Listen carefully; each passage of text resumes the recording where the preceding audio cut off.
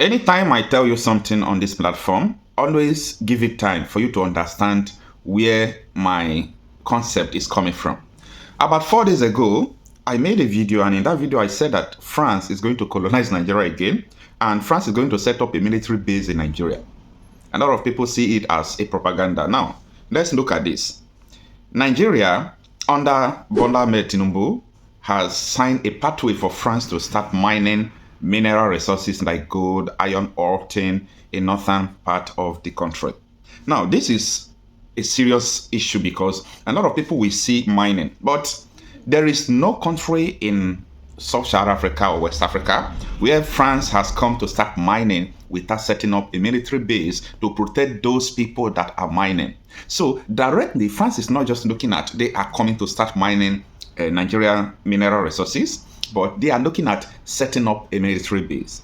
And this is going to be catastrophic. Let me take you back to memory then. Do you remember after the Niger coup, how France pushed Tinubu to carry out a military strike against Niger? But it was resisted by the northern Nigeria, mostly, and the rest of Africa as well. And this has nothing to do with France. This is all about international politics.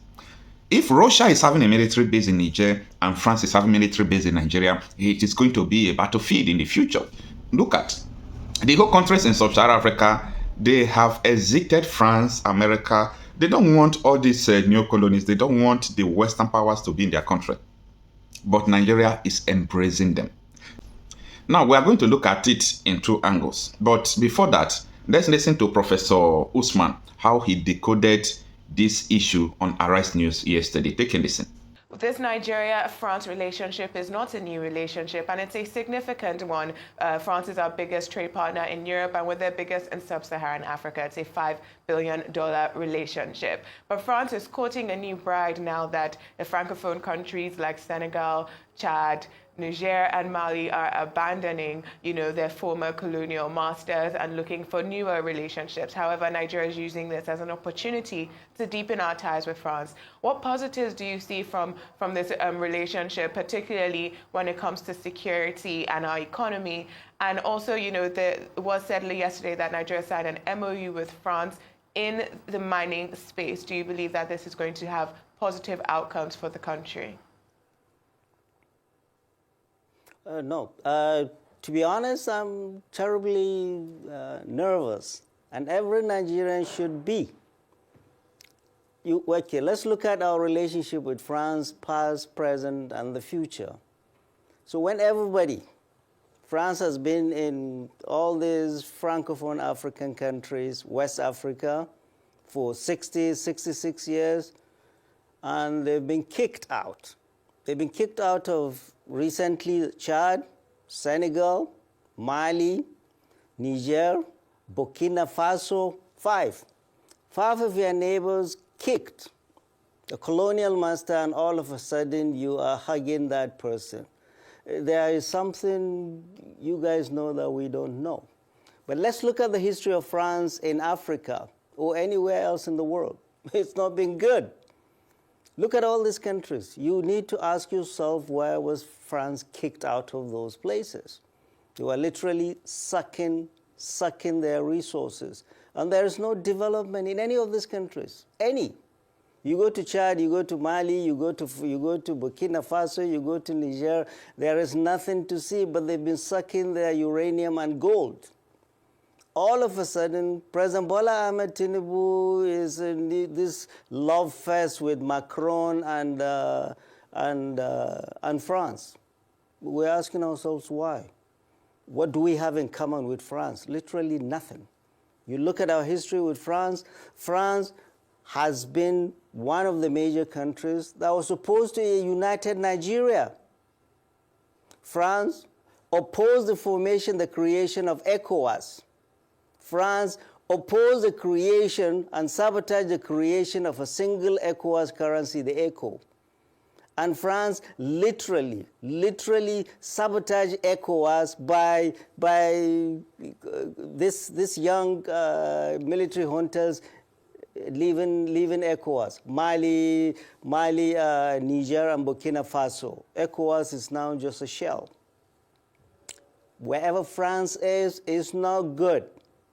Mr. President, you are not talking to Nigerians.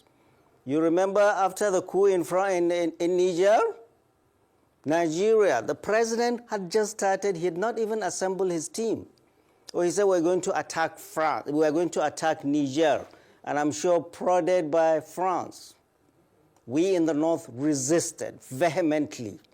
We are not going to allow Nigeria to invade Niger because the fight was going to be a proxy war. America, the United States of America, had one of the biggest drone bases in Agadas, in Niger. Yeah, this thing was, oh, they're going to fight Islamists and all that. No, insecurity has been much worse where you have foreign bases by these foreign countries. The reason France is cozying to Nigeria and President Bola Ahmed Tinubu is allowing them to, and we will resist, is because they are looking for a place to situate their military base after being kicked out. We in the North, which is a place they are looking to locate these bases, we in the North will vigorously resist any foreign military boot on our soil. So, Mr. President, you need to know, we do not have any historical ties, defense or economic or linguistic with France. And all this causing the French are doing, the reception they gave Mr. President was fit for a king. He will not get that if he goes to England or the United States or anywhere in the world. What is France getting for that? France wants three things. One, it wants right to concessions to exploit our minerals, which are predominantly in the north, which is what they've been doing in Niger, Mali, and Burkina Faso. Number two, they want concessions in oil and gas. Oh, that's why they said, oh, I heard the spokesman of the president saying, oh, Total is going to invest 750 million in gas. And I ask myself, is this true or is this fiction? Because this same Total, 17 months ago, 16 months ago in July, exited Nigeria and sold all its stake at 860 million to a Mauritius-based company and left. Their reasons were sabotage, theft, oil spillage, and high cost of lawsuits. So what has changed in 16 months that they're coming back again? After selling 860 million and left town, or they're coming to invest 750 million, we were told. It's not going to happen. So they're looking for three things. They are looking to come and exploit our mineral resources predominantly in the north. They are looking to explore oil and gas, which they ran away from, and they are coming. And number three, most importantly, most worrying, and everybody in Nigeria, I beg you to lend me your ears. We will resist vehemently any attempt by President Bola Ahmed Tinubu's government to allow any foreign military base on our soil, particularly in the north, because it's going to be a harbinger of trouble. All these lacura things you're hearing, it is the French that started all of these things. They started all of these things. Wherever France was in West Africa, there's no peace. Why would President Bola Ahmed Tinubu bring them back without consulting anybody? So, military base, France or America or any country will be resisted vigorously by all of us because this is a country we love and we're not going to allow recolonization of this Nigeria like they've done in the other countries. In Hausa, there is a saying, in kaga gemu dan uwanka ya kama wuta, ka sa naka ruwa. If you see the beard of your neighbor catches fire, put water, dampen water on yours. Well, France has put fire all over the Sahel. And we are inviting them into our household? No, we are not going to do that. Business, do that. And it has to go through due process. And I'm calling on our sleepy, do-nothing 10th Assembly to wake up to its responsibility.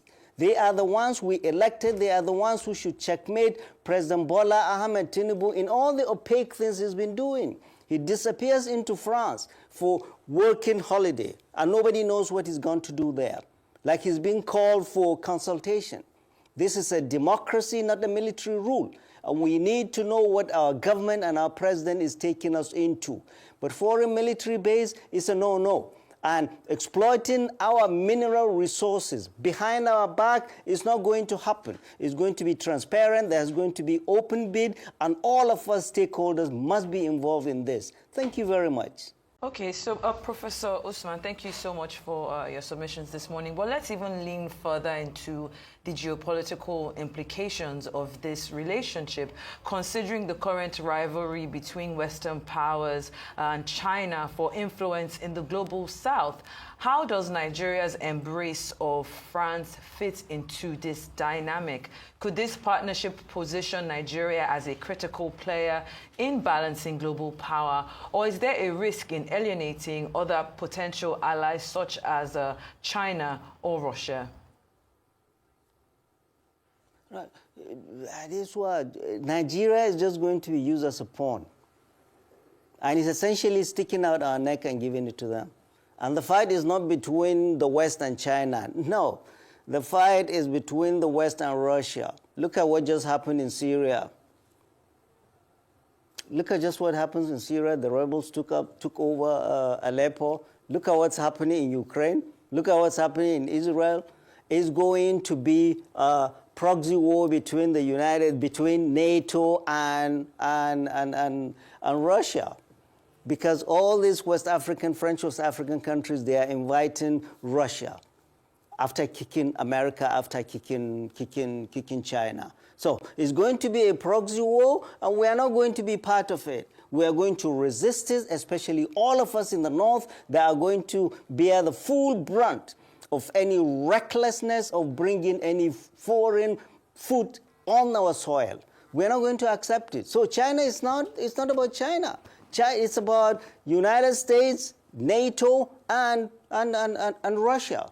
So, Mr. President, President Bola Ahmed Tinubu, you are elected by us. You must speak to us. You are not going to commit us to any foreign military presence in the Federal Republic of Nigeria. And whatever investments you do must be vetted by our sleepy 10th Assembly. They must wake up. But I call on all Nigerians, particularly our elders, our governors, our National Assembly, our traditional rulers and clerics, to look, danger is coming. Our Mr. President Bola Ahmed Tinubu's romance with France is no good news for Nigeria. Thank you. All right, Prof. Thanks for your submissions so far. Some people might see it as a bit alarming. Others might think that it is largely speculative. But then I'd like to remind you of what Adesua started with, the relationship that Nigeria had with France, particularly after the Civil War, given the fact that, it was the side of Biafra that France was. But of course, the relationship developed in a way, in a positive way after that. So my question to you is that how will you want President Bola Ahmed Tinubu to embrace France, which, as you were reminded earlier, is our biggest trade partner in the EU, as we are their biggest trade partner, in Africa? Don't forget, sir, that Emmanuel Macron was in Nigeria in 2018, received by former President Buhari in Abuja, and received by former Governor Akinwumi Ambode in Lagos. Beautiful relationship on display. Before then, Olusegun Obasanjo, General, was the president when democracy returned at that time, had Jacques Chirac in Abuja.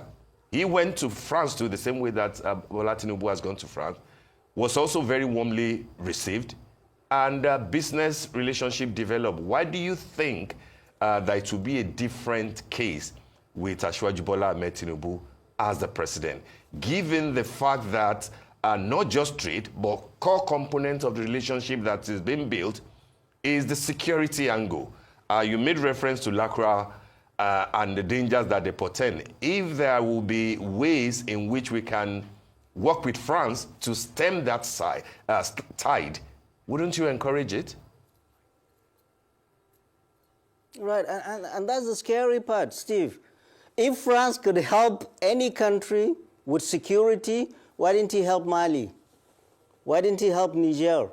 Why didn't he help Burkina Faso? Why didn't he help Chad? It's been there forever. Their troops have been there forever. You think it didn't help them with all their bases? It's going to help you? Steve, let's wake up. Only Nigeria can help itself by liberating itself from these colonial forces that are doing nothing but stirring trouble in the Sahel. Doing nothing but stirring trouble in the Sahel. So for anybody to think France is coming to help us with security is deluding himself. The biggest problem we will have is this. And this is what President Bola Ahmed Tinubu,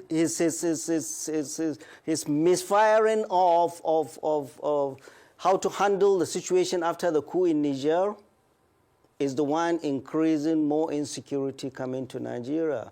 Because Niger and Chad and Cameroon, they've been doing a lot of heavy lifting on our behalf, fighting Boko Haram and bandits and ISWAP. Now, you're not going to talk to them, you're fighting them, they lift their feet off the brakes, and these guys roll in. France is not going to help you with that. The only thing that will help you with this Lakura nonsense, this optic we are seeing in Lakura is suspect. I'll tell you.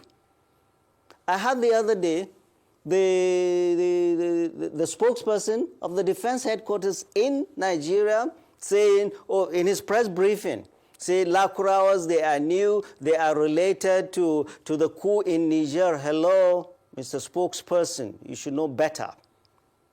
These Lakurawa, as we know today, have been around in this country, a sovereign Nigeria, non-state actors from Mali or from wherever came to Nigeria. They've been here for 7 years. 7 years, since 2017, at the invitation of local communities to help them fight bandits, to help them do the job that security services could not do. They came under the nose of the federal government, under the nose of the state government, under the nose of all security services, under the nose of all our intelligence services. And now all of a sudden we are doing this. The question to ask Nigerians should be asking is, why did we allow a non-state actor to come into Nigeria, settle, and continue its activities for the past 7 years? And why all of a sudden are we saying, oh, Lakura, Lakura, Lakurawa, just to give a reason for France to come in? That is the only reason. Fellow Nigerians, you can never stop this Lakura, Boko Haram, and all these bandits, all these terrorists, if you don't have good relationship with your neighbors. Not France. Bringing France in is going to make us into a hotbed for terrorism, is going to make us poorer, is going to make us second-class citizens. They will open a base in Katsina State and be digging our gold, and I cannot go there as a person from Katsina. We've seen that in Niger, we've seen that in Mali. This is what they have been doing. So fellow Nigerians, we should open our eyes. We in the north will vigorously resist any attempt by President Bola Ahmed Tinubu's government to allow foreign military bases on our soil. End of story. I don't know how else to say it. Okay, Professor Usman. Now, Professor Usman, you did say that if we allow France in, that Nigeria can become a hotbed for terrorism, but some people would argue that it already is, that, that the northern governors, for example, have not focused on human capital development, that we have extremism in different parts of the country, that the economic situations right now is what makes Nigeria a hotbed for terrorism and not a possible growing trade relation with France, but also focusing on the geopolitical implications that Shaitan brought into the conversation earlier. We did speak about Russia, and we also have to speak about the Wagner Group, because you spoke about the proxy war going on in Ukraine between Russia and the West. However, some people argue that there is a proxy war going on in Africa between Russia and the West. We have the Wagner Group in Mali, in Niger, in Burkina Faso. They have, of course, rebranded from the Wagner Group, but they are under the Russian military core. And you also had France in those countries.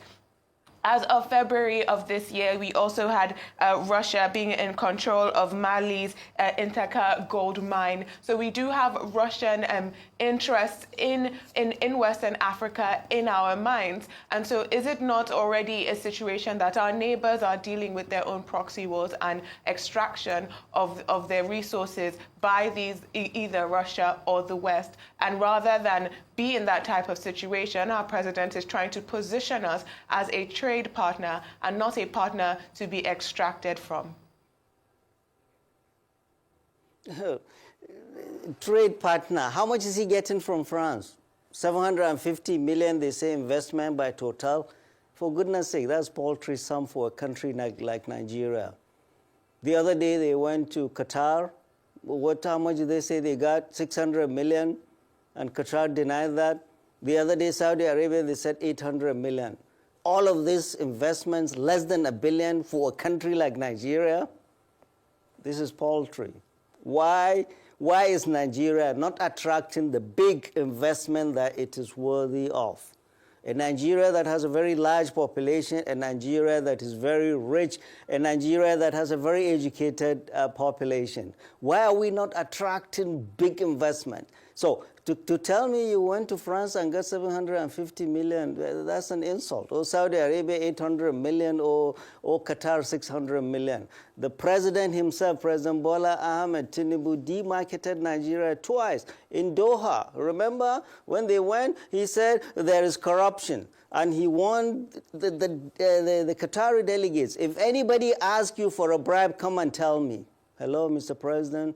Thank you for demarketing your country. And at G20, you heard what he was saying. There is insecurity, there is hunger, there is this, there is this. You are the chief marketing officer of your country, and you are demarketing the country. I will tell you, real countries that want to invest, they invest in DR Congo and all troubled spots. They factor in all these crises, and they even get insurance for all of this to come into place and pillage the country and leave. So, real investment, we want to see real investment that translate into bettering the lives of our people. We haven't seen that so far. All the loans they've been getting, the World Bank loans, the Chinese loan, where are we seeing that? It's not impacted on the people. It's not helped the Naira. It's not brought inflation down. But they're getting loans all over the place. Just a few days ago, they got a loan of 2.2 billion. They got approval from the House, from the Senate, from the National Assembly. It took only 48 hours for the do-nothing National Assembly to give him approval, go and get loans. For what? For what? He is proposing a bill of 47.9 billion. And the collection agencies that make money, they said they have collected 51 trillion so far. So far. So why are you getting all this money? To do what? He gets all these loans, and the National Assembly does not ask him what are these loans for, and we do not see the benefit. So we must question, especially in a situation where we're worried there is a state capture by the president and his business associates that we do not. You see them signing MOUs in France. On whose behalf? On whose behalf? Definitely not on my behalf, not on my grandmother's behalf. They are not in government. Nobody knows about these guys. You see them signing on behalf of Nigeria. State capture. You have your business associates running this country. Nobody can tell me how much FIRS has collected, or how much customs, or how much this, or how much this. Nobody knows what comes in, what goes out. And the reason is because our National Assembly is complicit, is there in bed with this bad governance. This cannot continue. We must all wake up. Investment from France is not going to solve our problem. Get investment wherever you're going to get investment. But we are very nervous with this love fest between our president and France and his prime minister. It's a harbinger of bad things to come because of France's history around us. And we cannot trust France or any country without security. Doing that will be foolhardy. And you said, yes, there is insecurity in the north. It's going to get much worse. with France around. They want to go and fight, let them go and do their own fighting. We will solve our problems here. Professor Yusufa, let me... Thank you. Thank you very much for that. Let me just move the conversation in a different direction. You've made reference to the 10th National Assembly, and we know about these tax reforms that have passed the second reading. But then we're continuing to see this northern resistance to the reform bills that were proposed by President Bola Tinubu, and it's continued to spark a significant opposition, particularly from northern Nigeria, where we see these economic challenges and the largely informal economy dominate. While some argue that Nigeria needs these reforms to reduce its fiscal deficits, others worry that they could stifle economic activity and growth.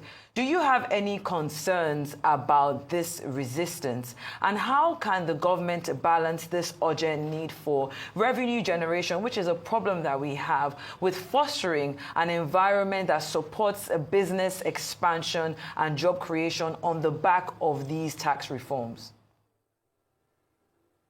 Right. So President Bola Ahmed Tinubu is essentially bringing the Lagos model to the big stage. What was the Lagos model? Tax, tax, tax, tax, tax. You cannot overtax your citizens to a level that they cannot pay. You've removed subsidy, you've made them poorer. You floated the naira, you've devalued the currency. People are poorer. Why are you taxing them?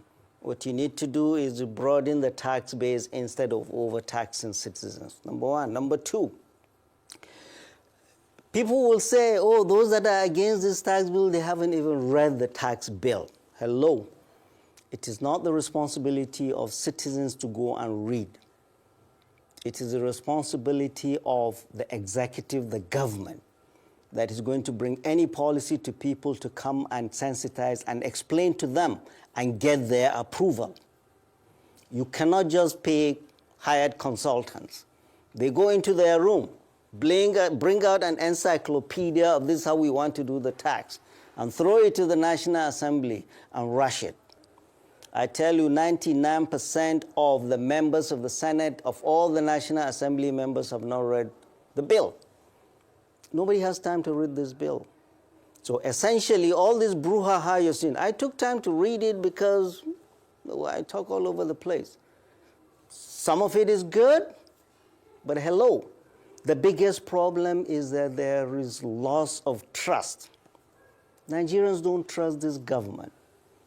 The last time you did, Mr. President, you flippantly removed fuel subsidy. You flippantly floated the naira and said tomorrow will be better. Our people are dying. Tomorrow is not better. Yesterday was better than today or tomorrow. People don't trust this government. Number one. Number two. Number two is that this government, in spite of its over-bloated media team of about 13 advisors, they are not connecting with the people. They are not.